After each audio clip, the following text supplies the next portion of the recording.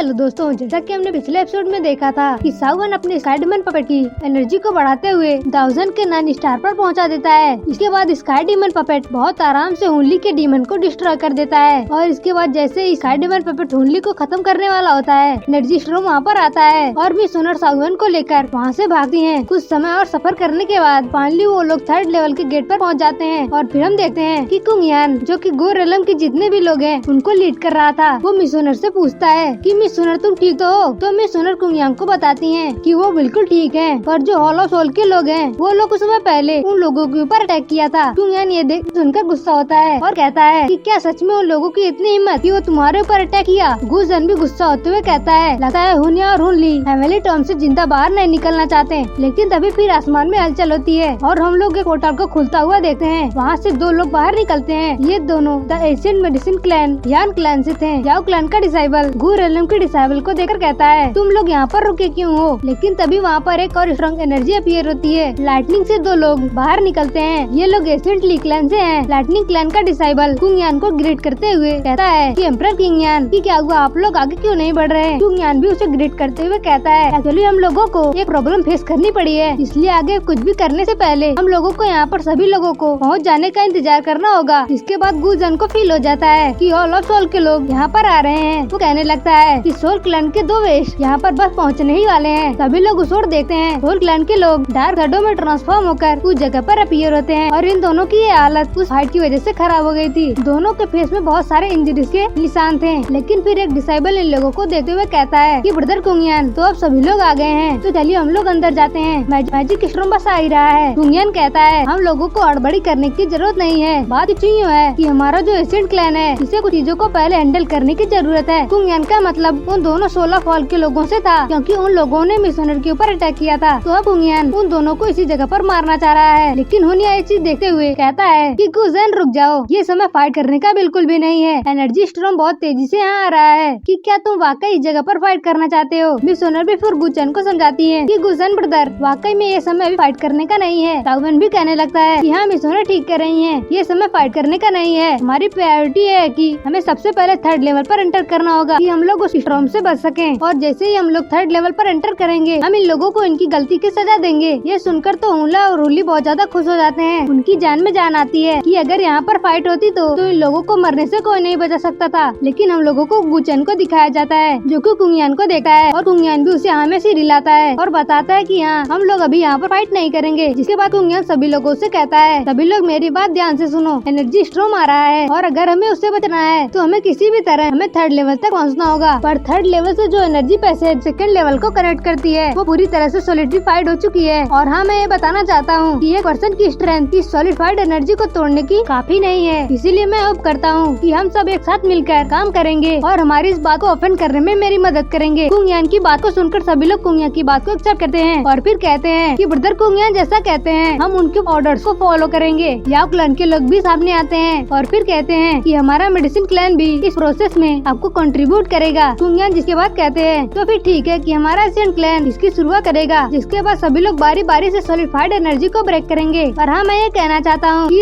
इस प्रोसेस के दौरान कोई भी चालाकी करने की कोशिश करेगा या किसी को अटैक करने की कोशिश करेगा, उसके बाद जब मैं मर्सीलेस हो जाऊँ तो कोई भी मुझे उसके लिए ब्लेम ना करे। ली क्लैन का वॉरियर कहता है कि ब्रदर आप चिंता ना करें, अभी हम सब लोग एक ही नाव पर हैं। अगर हाँ इस नाव को कोई डुबाने की कोशिश करेगा तो हम लोग भी उसे ऐसे ही नहीं जाने देंगे। ये कहते हुए वो सब इन सोल क्लैन के लोगों को देखने लगते हैं। यहाँ पर सबसे बदमाश लोग यही 2 लोग हैं। जिसके बाद कुंगियान कहता है कि ठीक है हम लोग पहले ही जाते हैं कि सावन मिशनर तुम सब सबसे लास्ट आना। और फिर वो लोग गेट में एंटर करते हैं। गेट के अंदर एक बहुत बड़ा सा पहाड़ था जो कि तूफान की वजह से बहुत ज्यादा हिल रहा था और यहाँ पर बहुत सारे स्ट्रॉन्ग स्टेचू थे जो रियल इंसान के थे यहाँ बनाए गए थे। ये जानना मुश्किल था। हम देखते हैं कि गो रेलम के चारों डिसाइबल्स एक साथ मिलकर फिर उस सॉलिडिफाइड एनर्जी को ब्रेक करने लगते हैं, पर यहाँ पर इन चारों की एनर्जी मिलाकर भी उसको कुछ नहीं कर पा रही होती। इसे हमें समझ में आता है कि ये एनर्जी बहुत ज्यादा स्ट्रॉन्ग सॉलिडिफाइड है। सभी लोग शॉक्ड थे क्योंकि ये चीज टूट नहीं रही थी और जो इसे तोड़ने की कोशिश कर रहे थे वो लोग बहुत ही स्ट्रॉन्ग थे। ऐसा करते करते बहुत समय गुजरने लगता है। तूफान गेट तक पहुँच चुका था, इसलिए केव और ज्यादा हिलने लगता है। ये चीज देखकर सभी लोग अपनी पावर को ज्यादा बढ़ाते हैं और इस सॉलिडिफाइड एनर्जी के ऊपर अटैक करते हैं। और तब हम इसे देखते हैं कि ये कॉम्बिनेशन काम करता है और फाइनली जो फर्स्ट बैरियर था वो उस जगह पर क्रैक होकर डिस्ट्रॉय हो जाता है। कुंगियान कहते हैं कि ये चीज बहुत ज्यादा टफ थी, हमें समय नहीं गंवानी चाहिए। चाहिए, हमें जल्द से जल्द एंटर करना चाहिए। सभी लोग उस जगह पर एंटर करते हैं। तभी सागवान को फील होता है कि कुछ तो बहुत ही स्ट्रॉन्ग चीज इस केव से टकराई है। हमें समझ में आता है कि तूफान इस जगह तक पहुंच गया है, पर ये तूफान का आउटर पार्ट है, इसीलिए डिस्ट्रक्शन अभी तेज नहीं हुआ, पर इसकी वजह से अब ये बहुत ज्यादा हिलने लग रहा है और ऊपर से बड़े बड़े पत्थर जमीन पर गिर रहे हैं। अब ये चीज महसूस कर सभी लोग पैनिक करने लगते हैं कि एनर्जी स्टॉर्म यहाँ तक पहुँच गया है। अब हम लोग यहाँ पर क्या करेंगे? फिर कुंगियन बताते हैं कि पैनिक करने की जरूरत नहीं है, स्टॉर्म इस गेट में नहीं घुस सकता है, पर हमें इस वक्त जल्दी जल्दी एक्ट करने की जरूरत है और संभल कर एक्ट करने की जरूरत है, क्योंकि अगर हम लोग कोई भी मिस्टेक किया तो मुझे डर है कि इस जगह से कोई भी यहाँ पर नहीं निकल पाएगा। इसके बाद वहाँ पर 2 और एशियंट क्लैन उसे तोड़ने आते हैं। ये सभी लोग 4 के ग्रुप में इस काम को कर रहे हैं, क्योंकि इसमें एनर्जी कंजप्शन बहुत ज्यादा है। ये काम यहाँ पर चल रहा था, पर तभी सागवान को कुछ अजीब सा फील होता है कि कहीं से तो बहुत ज्यादा एनर्जी बाहर निकल रही है। जल्दी से वो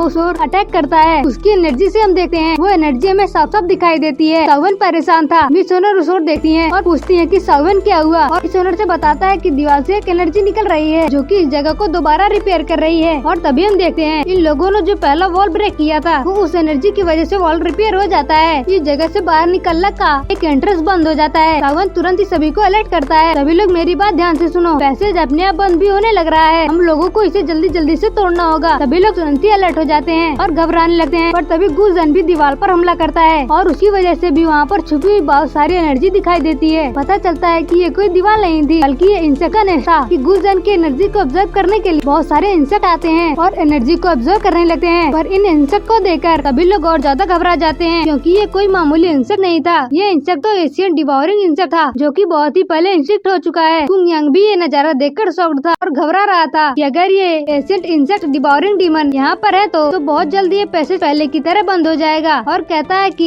तो ये लाइट बैरियर इन लोगों ने क्रिएट किया था, अब हम लोग यहाँ से कैसे निकलेंगे? मिस ओनर भी कहने लगती हैं कि मुझे ये भी लग रहा है कि जो एनर्जी स्टॉर्म बाहर है वो भी इन लोगों से कनेक्टेड है और बहुत जल्द स्टॉर्म भी यहाँ पर आ जाएगा। और सभी लोग पैनिक करने लगते हैं और सोच रहे थे कि अब क्या करें, इस जगह से जल्दी बाहर निकलना बहुत जरूरी है। पर तब हम लोग सागवान को देखते हैं जो कि अपनी स्ट्रेंज फ्लेम का इस्तेमाल करता है और इस जगह पर अपनी पूरी फ्लेम को फैलाता है ताकि वो देख सके कि इंसेक्ट कहाँ कहाँ पर है और वो लोग क्या कर रहे हैं। तो इन्हें पता चलता है कि इंसेक्ट एक जगह पर नहीं बल्कि चारों ओर फैली हुई है। ये लोग गलती से उन इंसेक्ट के एकदम हाइप में पहुंच गए हैं, मेन पार्ट जहाँ पर सारे इंसेक्ट रहते हैं। और फिर हम देखते हैं कि बहुत सारे इंसेक्ट सागवान की एनर्जी को डिवोर करने के लिए उस जगह पर आने लगते हैं। यहाँ पर ये बहुत ज्यादा खौफनाक नजारा था, इसको देखकर सभी लोगों की रूह कांप जाती है। और इसी सीन के साथ ये एपिसोड यहीं पर खत्म हो जाता है। Thanks for watching.